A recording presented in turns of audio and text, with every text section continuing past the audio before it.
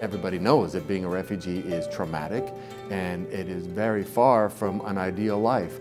Our organization is about working with all of the partners we can to bring about something that strives for as close as we can get to having a normal life, a happy life, a safe life.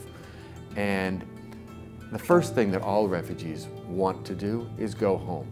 You can imagine yourself in their situation when they are forced to flee their homes and their own countries.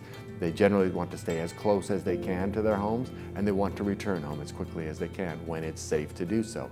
But in that interim period, they find themselves in a limbo, in an unpleasant and unhappy circumstance sometimes. So our organization is about trying to provide the humanitarian support for these people whose lives have been severely disrupted and help them regain possession of their own lives. And that's about more than just eating and drinking. That's about getting an education. That's about staying healthy. And that's about being able to do some work and to provide for yourself. But dignity is as essential to being a human being as food and water.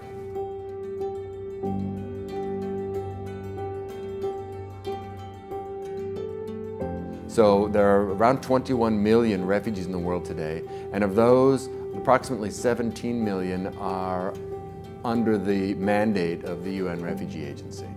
The vast majority of refugees in the world do not live in camps. I know that's the sort of stereotypical vision of refugee situations, these vast tented camps, and they do still exist in parts of the world.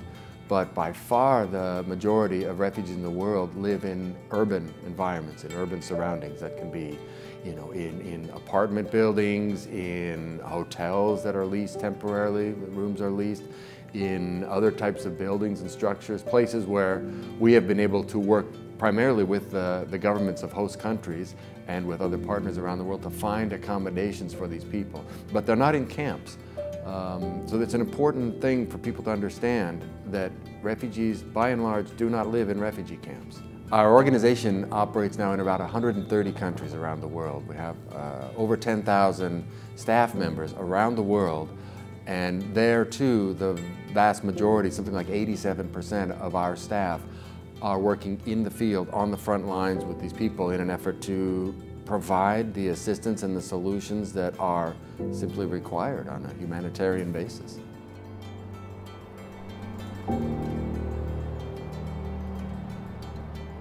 Let's be clear about this. Refugee camps are not ideal. They're far from it.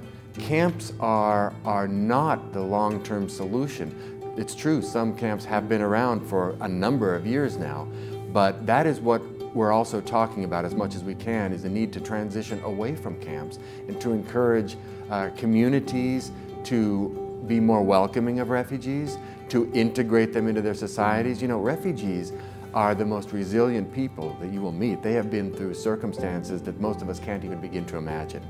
And they incarnate the will and the drive to live and to have a life that is dignified and that is full and that is satisfying to them. And this is what they want to do. And if they can't go home, which is always their first choice, then they will work as hard as they can to make a life where they are.